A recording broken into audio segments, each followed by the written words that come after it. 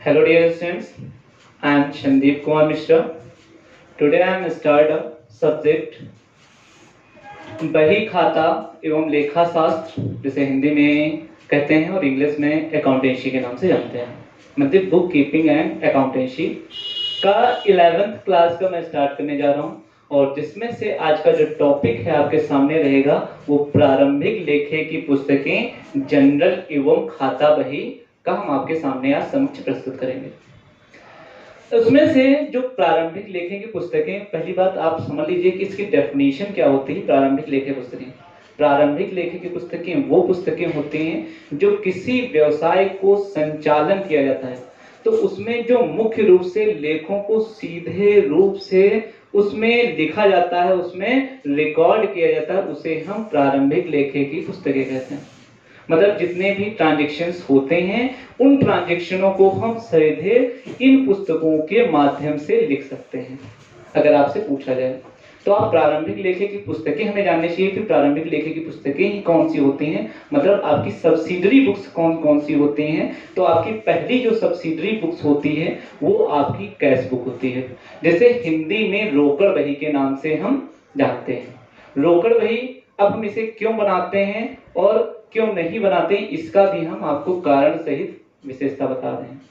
रोकड़ बही हम क्यों बनाते हैं?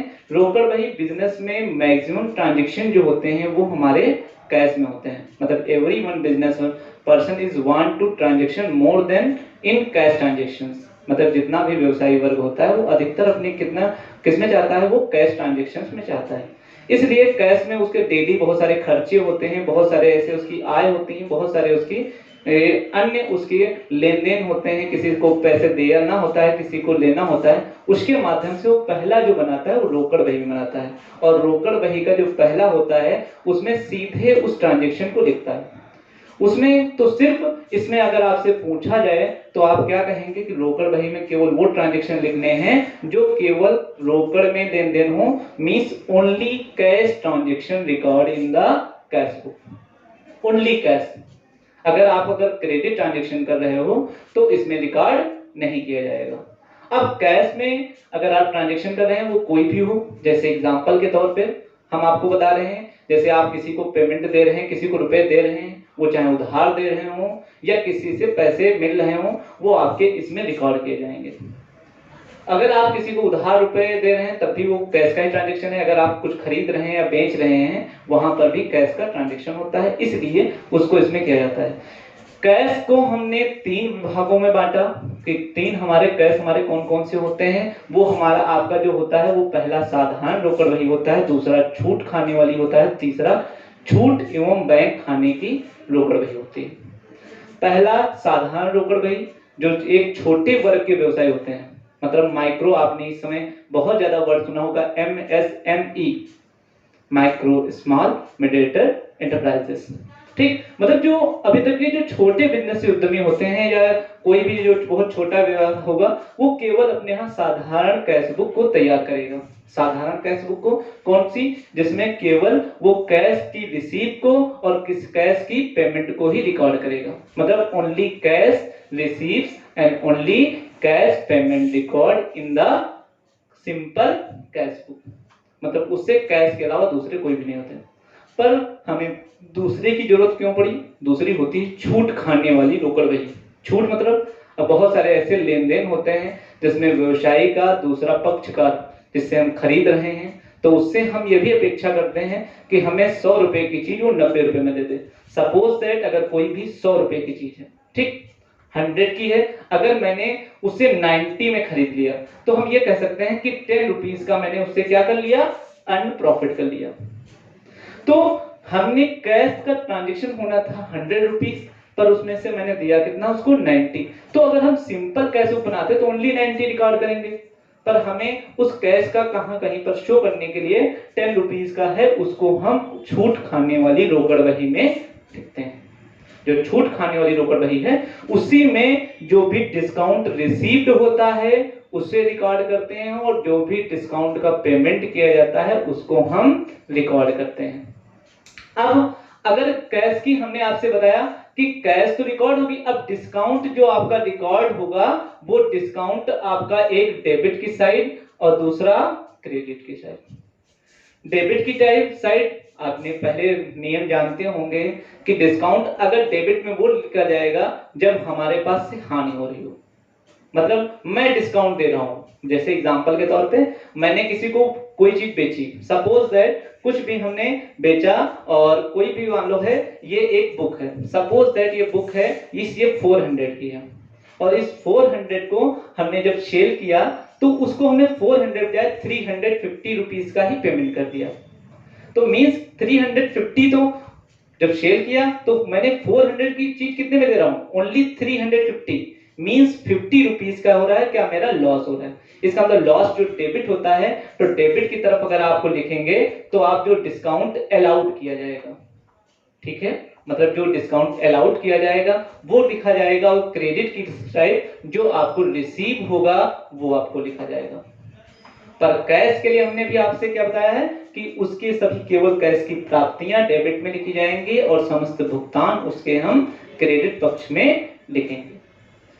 अब आते हैं उसके बाद छूट एवं बैंक खाने वाली रोकड़ वही कौन सी होती है, मतलब हमारी पहली तो साधारण हो गई जिसमें केवल कैश ट्रांजैक्शन, मतलब केवल कैश ही लिखा जाएगा, मींस कैश की रिसीप्ट लिखी जाएगी और कैश का पेमेंट लिखा जाएगा। सेकेंड नंबर जो छूट खाने वाली, इसमें कैश की रिसीप्ट और पेमेंट तो लिखी जाएंगी, उसके साथ में डिस्काउंट अगर हम किसी को दे रहे हैं तो डिस्काउंट अलाउड भी लिखा जाएगा, अगर डिस्काउंट किसी से मिल रहा है तो डिस्काउंट रिसीव भी लिखा जाएगा। इसमें इन दोनों को सम्मिलित ही करेंगे, उसके साथ में एक और हमारा खाना बढ़ जाता है, कॉलम जो होता है वो बैंक का बढ़ जाता है। तो बैंक का बढ़ जाता है उसे हम कहते हैं छूट एवं बैंक खाने वाली रोकड़ वही कह सकते हैं, या इसको हम दूसरा नाम कहते हैं तीन खाने वाली रोकड़ वही। अगर आपसे कभी पूछा जाए तो उसका आप दूसरा उपनाम कह सकते हो तीन खाने वाली रोकड़ वही, रोकड़ वही, ठीक है।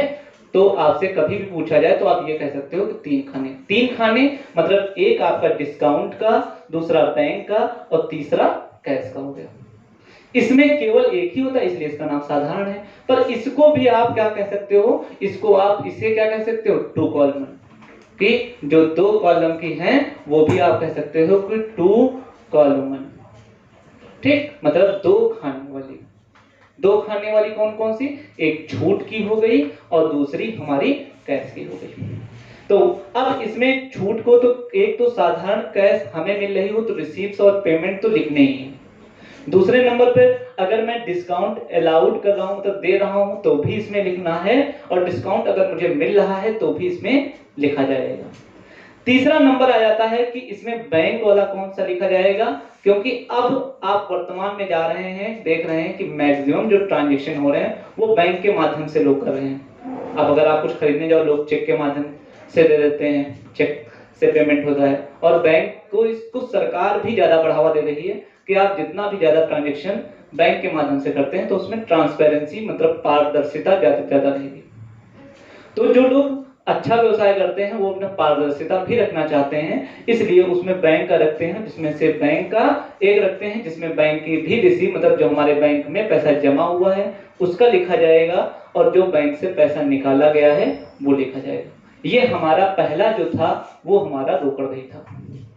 सेकेंड नंबर पर हमारी जो होती है वो होती है खुदरा रोकड़ वही। खुदरा रोकड़ वही कौन सी होती है, इसे इंग्लिश में पिटी कैश बुक के नाम से जानते हैं। अगर आपसे कभी पूछा जाए तो इंग्लिश में क्या बोलते हैं, पिटी कैश बुक। ओके, पिटी कैश बुक को हम अगर बोलते हैं तो पिटी कैश बुक को हिंदी में जो कहते हैं वो खुदरा रोकड़ वही। इसमें क्या होता है कि हम बिजनेस जो होता है, कोई व्यवसायी बड़ा वर्ग होता है, वो जो छोटे छोटे ट्रांजेक्शन होता है उनको वो पेमेंट नहीं कर पाता है। जैसे एग्जांपल के तौर पे कोई किसी को रिपेयर देना है, कोई बाहर का आ गया उसको ऑक्ट्रॉय हमें भी देना है, कोई भी मतलब बहुत सारे एक्सपेंडिचर्स होंगे जिनको हमें उसमें पेमेंट देना पड़ सकता है। इस चीज को हम इसमें किस में रिकॉर्ड करते हैं, खुदरा रोकड़ वही, मतलब केवल छोटे छोटे ट्रांजेक्शंस को ही उसमें हम खुदरा रोकड़ वही या पिटी कैश बुक में हम रिकॉर्ड करते हैं। अगला आ जाता है कि क्रय वही। क्रय वही कौन सी होती है, तो तो आपकी क्रय बही को हिंदी में क्रय बही कहते हैं और इंग्लिश में उसे हम परचेज बुक के नाम से जानते हैं। इसे क्यों बनाया जाता है, पहले कारण आप जानिए कि क्यों बनाया जाता है। क्योंकि बिजनेस में जो हम कैश का तो उद्देश्य होता है कि हम अधिक से अधिक कैश प्राप्त करें, पर अगर व्यवसाय अगर हमें बहुत ज्यादा उसे विस्तार करना है, बढ़ाना है, तो हमें उसे उधार भी किसी से खरीदना पड़ेगा और उधार ही अधिकतर हम अपने विक्रेताओं को बेचना पड़ेगा, मतलब अपने लेनदारों को, क्रेडिटर्स को बेचना पड़ेगा। अब अगर हम उससे है, अगर हम उधार जब हम कभी खरीद रहे हो तो केवल उधार खरीद का ही हम क्रय बही में निकाल लेते हैं। मतलब हमने आपसे क्या बोला, ओनली कौन से क्रेडिट ट्रांजेक्शन, कौन से क्रेडिट। अब ये कहो कि सर मैंने तो हमने तो कैश में खरीद लिया, तो क्या क्रय बही में लिखा जाएगा? तो नहीं लिखा जाएगा। क्यों? क्योंकि कैश में जो अगर आप खरीद रहे हैं तो उसका किस में लिखा जाएगा? कैश बुक में लिखा जाएगा। क्यों? क्योंकि उसका आपने कैश में पेमेंट कर दिया। इसमें केवल एक बुक में लिखा जाएगा, मतलब अन्य बुक में उससे रिलेटेड नहीं लिखा जाएगा। दूसरी चीज, अगर क्रय कर रहे हैं तो एक तो पहली चीज आपको क्या हो जाएगी, उधार ही जितने क्रेडिट में ट्रांजैक्शन है केवल वही लिखे जाएंगे, इसके एडिशनल दूसरे नहीं लिखे जाएंगे। सेकंड बात आ जाइए, अगर क्रय बही को अगर परचेज में, दूसरी चीज जिस चीज का आप व्यवसाय करते हैं, मतलब जो आपके लिए माल है केवल उसी का ही आपको लिखना है, क्रय बही कहते हैं। जैसे आप सपोज दैट स्टेशनरी की आपकी शॉप है तो केवल आप स्टेशनरी को ही इसमें लिखेंगे। जैसे आपने कॉपी किताब जो खरीद रहे हैं, केवल कॉपी किताब को लिखेंगे। अगर आप सपोज दैट कोई नई मशीन ले आए या कोई नई बाइक ले आए, कोई असेट ले आए और वो भी उधार ले आए, तो उसका रिकॉर्ड इसमें नहीं किया जाए। मतलब जिस चीज का आप बिजनेस कर रहे हैं, जिस चीज का जो आपके लिए गुड्स है, गुड्स वो होता है जिस चीज का हम व्यवसाय करते हैं, उसे हम माल कहते हैं, केवल उसी को रिकॉर्ड किया जाएगा, उसके अलावा अन्य किसी को इसमें रिकॉर्ड नहीं किया जाएगा। उसी प्रकार से विक्रय बही में होता है कि इसमें भी हम क्या कह सकते हैं कि इसमें भी क्रेडिट, अगर हम परचेज होगा तो इसमें भी ओनली क्रेडिट सेल होगा। अगर जिसको हम उधार में अगर मैं बेच रहा हूं, केवल वही हमें इसमें रिकॉर्ड किया जाएगा। अगर ये कहो कि हमने किसी को अगर नगद में, इन कैश में हमने उसे सेल कर दिया, तो इसमें नहीं लिखा जाएगा, वो किस में लिखा जाएगा? ओनली कैश बुक में लिखा जाएगा। अब बात आई कि विक्रय बही है तो उसमें सेल्स बुक में ओनली क्रेडिट ट्रांजैक्शंस लिखे जाएंगे और ओनली गुड्स ट्रांजैक्शन लिखे जाएंगे, and other no transaction record in the sales book. Third number पे आपका आता है क्रय वापसी बही। फिफ्थ नंबर पे क्रय वापसी बही कौन सी होती है? हम जो भी उधार माल बेचते हैं उसमें से जो भी माल वापस आ जाता है उसको हम जिस भी बही में लेखा करते हैं, रिकॉर्ड करते हैं, उसे हम क्रय वापसी बही के नाम से जानते हैं, जिसे इंग्लिश में परचेज रिटर्न बुक कहते हैं। उसके बाद विक्रय वापसी बही, सेल्स रिटर्न बुक। हम जो भी विक्रय करते हैं, मतलब अपने भी देनदारों को, अपने ग्राहकों को जो भी वस्तु को हम विक्रय करते हैं, उसमें से जो हमारे विक्रेता हमें माल की वापसी कर जाते हैं, मेरे विक्रेता मतलब हमारे पास जो वापसी के रूप में आता है वो इसमें रिकॉर्ड किया जाए। मींस वो भी ओनली क्रेडिट का, केवल उधार। अगर कोई विक्रेता हमारे पास से नगद में लेकर गया है तो उसे हमें वो वापस करने आएगा तो मुझे तुरंत कैश का पेमेंट देना पड़ेगा। अगर कोई उधार लेकर गया है और वो अगर वापस करने आ रहा तो हम इसमें लिखेंगे। अगर वो कैश में लेकर गया था तो मुझे कैश देनी पड़ेगी, तब हम उसे कैश बुक में लिखेंगे। उसके बाद अगली होती है प्राप्य पत्र बही, जिसे हम कहते हैं bills receivable book. Bills receivable books वो ऐसी बुक्स होती हैं कि हम जब भी माल को बेचते हैं, कब बेचते हैं? विक्रय। अगर हमारा उनसे उद्देश्य क्या होता है? धन को प्राप्त करना, मतलब अर्निंग ऑफ मनी। अगर उनसे मनी अगर नहीं मिल गई है तब तो कैश बुक में रिकॉर्ड हो गया, हमें पैसा मिल गया, कस्टमर अपने रास्ते, मैं अपने रास्ते, उससे कोई भी ट्रांजेक्शन से नहीं मतलब है। पर बात आई कि जब हमें उसे उधार बेच रहा हूं तब तो मुझे इन फ्यूचर, मतलब उसने कुछ टाइम दिया, 1 महीने बाद या 2 महीने बाद, इतने टाइम के बाद मैं आपको पेमेंट करूंगा। अगर मुझे उस टाइम अगर वो पेमेंट करता है तो उसके मतलब मैं उससे एक रिटर्न में एक एग्रीमेंट डॉक्यूमेंट ले लूंगा कि आप इतने महीने के बाद हमें पेमेंट करेंगे। 2 मंथ या 3 मंथ के बाद अगर पेमेंट करेंगे, उस 2 मंथ या 3 मंथ का जो भी हमें एग्रीमेंट मिलेगा उसे हम प्राप्य विपत्र कहेंगे। मतलब हमें मिलेगा क्योंकि उस पर हमें पैसा मिलना है। इसलिए वो हमारे लिए प्राप्य विपत्र हो जाता है। और जब हमको, जैसे हमने किसी को उधार बेचा, उससे मुझे लेटर मिला क्योंकि उस पर मुझे वो पैसा देगा, तब हमारे लिए प्राप्य हो गया। इसी प्रकार से मैं जब किसी से खरीदता हूं, जैसे सपोज दैट मैं खरीदा, मैंने भी उधार उसी से खरीदा, तो मुझे भी एग्रीमेंट उसको देना पड़ेगा। मतलब उसको एग्रीमेंट कि हम 2 महीने के बाद देंगे, तो उस पर पैसा मुझे देना पड़ेगा, इसलिए वो देय विपत्र वही होता है। और जिस पर मुझे धन मिलना होता है, जिस भी डॉक्यूमेंट पर, उसे हम प्राप्य विपत्र वही कहते हैं। अगला होता है हमारा जनरल, और जनरल हमारा कौन होता है, जो इन सभी में, मतलब ना तो रोकड़ वही में, ना खुदरा रोकड़ वही में, ना क्रय वही में, ना विक्रय वही में, ना क्रय वापसी वही में, ना विक्रय वापसी वही में, ना प्राप्य विपत्र वही में, ना देय विपत्र वही में रिकॉर्ड किए जाते हैं, उनको हम जनरल में रिकॉर्ड करते हैं।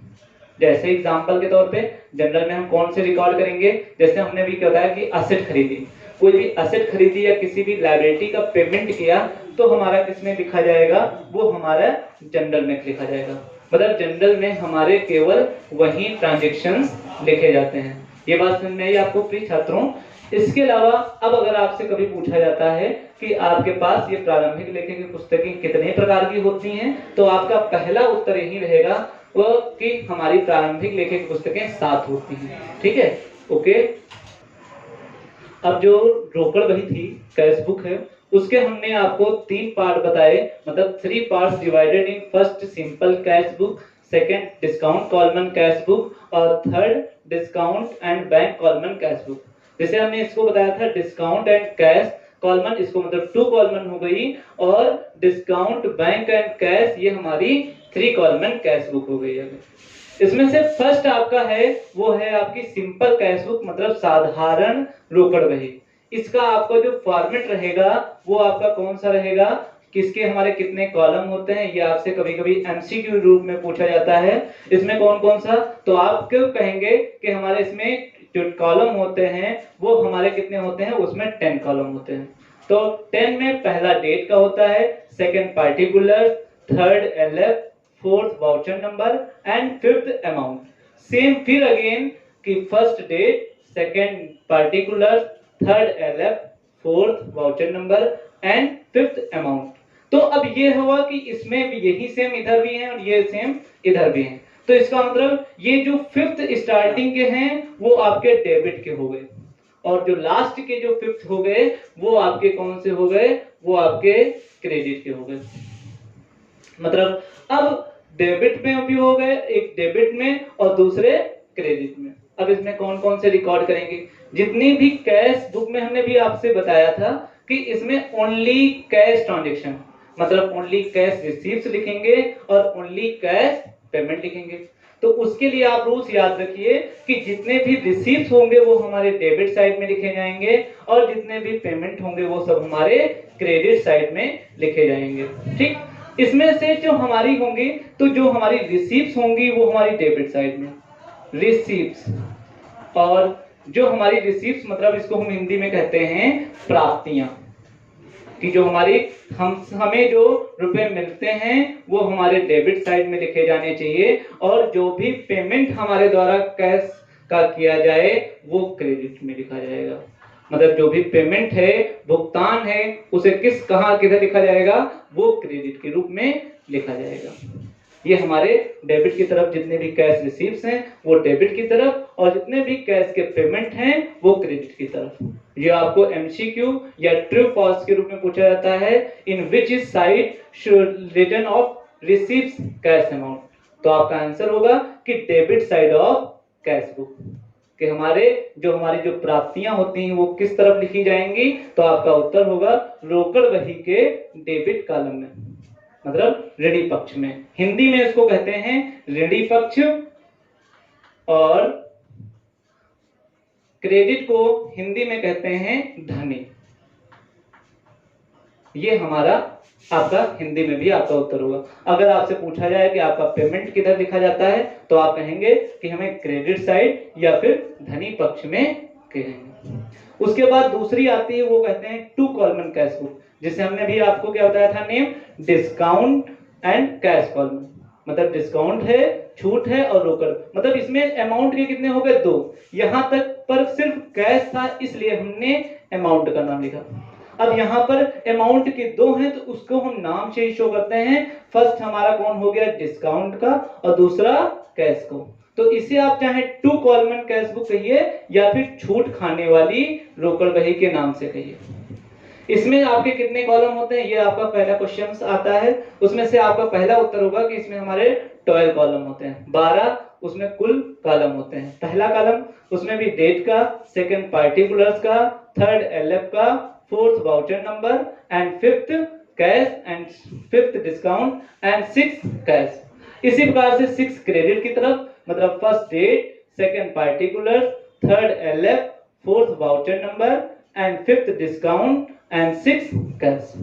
अब ये तो आपका हुआ कि फर्स्ट में तो दो सब में देखो मैच हो रहा है, बस इसमें जो अमाउंट की जगह पे था वो 2 कॉलम बढ़ गए। तो फर्स्ट जो डेट होगा उसमें सीक्वेंस से हमें डेट लिखी जाएगी, सेकंड पार्टिकुलर जितना भी विवरण होगा वो इसमें लिखा जाएगा। एलएफ का फुल फॉर्म होता है लेजर फॉलियो, मतलब जो पेज नंबर होगा, पृष्ठ संख्या होगा, वो चाहे अगर सिंपल कैश बुक में हो चाहे टू कॉलमन में हो। और उसके बाद फिर होता है वाउचर नंबर, वो भी दोनों में सेम है।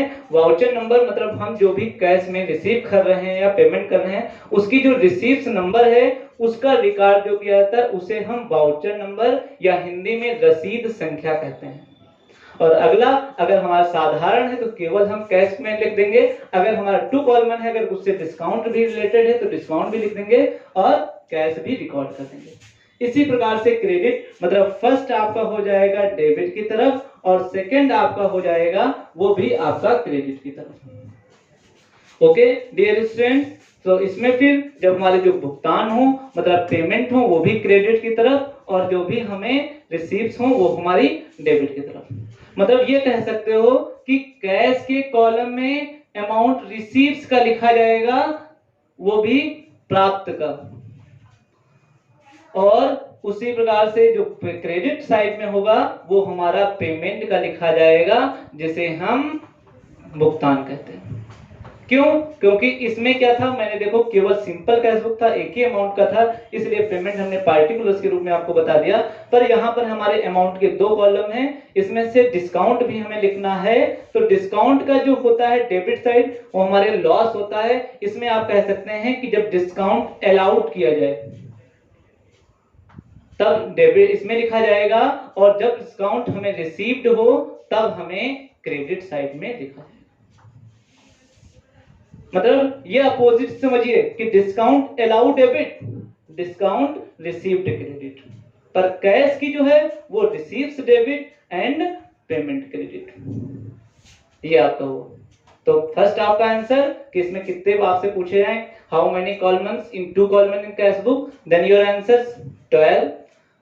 Discount allowed show in the debit side and receipts of cash in debit side and discount received in credit side, okay, and payment of cash in credit side. उसके बाद हमारा बनता है वो बनता है 3 कॉलमन कैश बुक, 3 खाने वाली रोकड़ बही।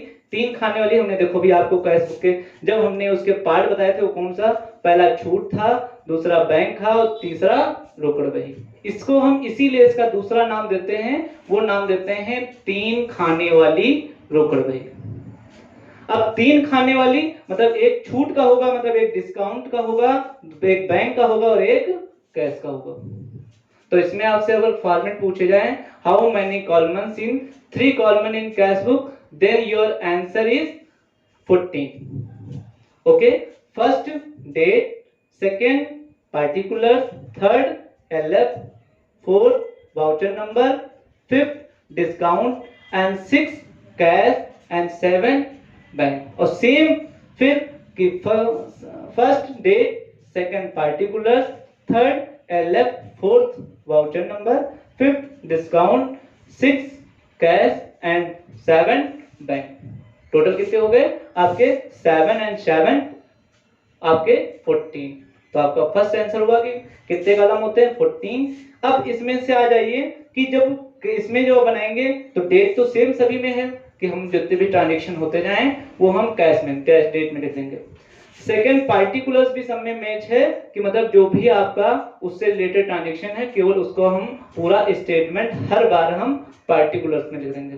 पार्टिकुलर्स को हिंदी में विवरण कहते हैं। फिर अगला है एलएफ। एलएफ भी सभी में मैच है। LF means ledger folio. Ledger folio Hindi में बोलते हैं उसे पृष्ठ संख्या। उसके बाद वाउचर नंबर भी सभी में मैच है। वाउचर नंबर हमने बताया कि आपको रसीद संख्या होती है उसको लिखते हैं। उसके बाद इसमें केवल सिंपल कैश बुक थी तो वो डेट अमाउंट लिख दिया था, और इसमें क्या थी, इसमें दो हमारे अमाउंट के थे, इसलिए हमने अमाउंट के दो कॉलम बनाए, एक डिस्काउंट बनाया और दूसरा कैश का बनाया। इसमें अमाउंट के तीन कॉलम होंगे, एक डिस्काउंट का, दूसरा कैश का और तीसरा बैंक का। मतलब सेम ये तो रहेगा ही, डिस्काउंट अलाउ का तो रहेगा ही, मतलब डिस्काउंट देने, ठीक है। और उसके बाद कैश की क्या होगी, रिसीव्स का डेबिट में लिखेंगे, वो प्राप्ति। और बैंक में कब, जब हमारा डेबिट में कब क्या लिखेंगे, जब हमें बैंक में डिपॉजिट हो, मतलब हमारे पैसे बैंक में डिपॉजिट हो, मतलब जमा हो तो डेबिट की तरफ। इसी प्रकार से क्रेडिट में जस्ट क्रेडिट में ये जब अलाउड होता है तो डिस्काउंट, क्रेडिट में हम लिखेंगे जो हमारी होती है वो हमारी रिसीप्ट होती है। और कैश हमारी क्रेडिट में पेमेंट लिखा जाता है जिसे हिंदी में भुगतान कहते हैं, और रिसीप्ट इसे प्राप्त। और उसके बाद बैंक से पैसा विथड्रू। विथड्रू मींस निकालना, ये हमारे इसमें होता है। तो अगर आपसे पूछा जाए तो आपका आंसर होगा कि 3 कॉलम में 14, इसमें भी ये भी हमारा डेबिट पक्ष हो गया 7 कॉलम, और ये हमारा क्रेडिट पक्ष हो गया। ओके डियर स्टूडेंट्स, तो टोटल हमारे में कितने हो गए कॉलम, टोटल हमारे इसमें आपसे कितने कॉलम पूछे हैं, इसमें हमारे 14 कॉलम पूछे जाते हैं, जिसमें से हमारा date, particulars, LF, voucher number, discount, cash, bank, date, particulars, LF, voucher number, discount, cash and bank. Okay dear students, thank you.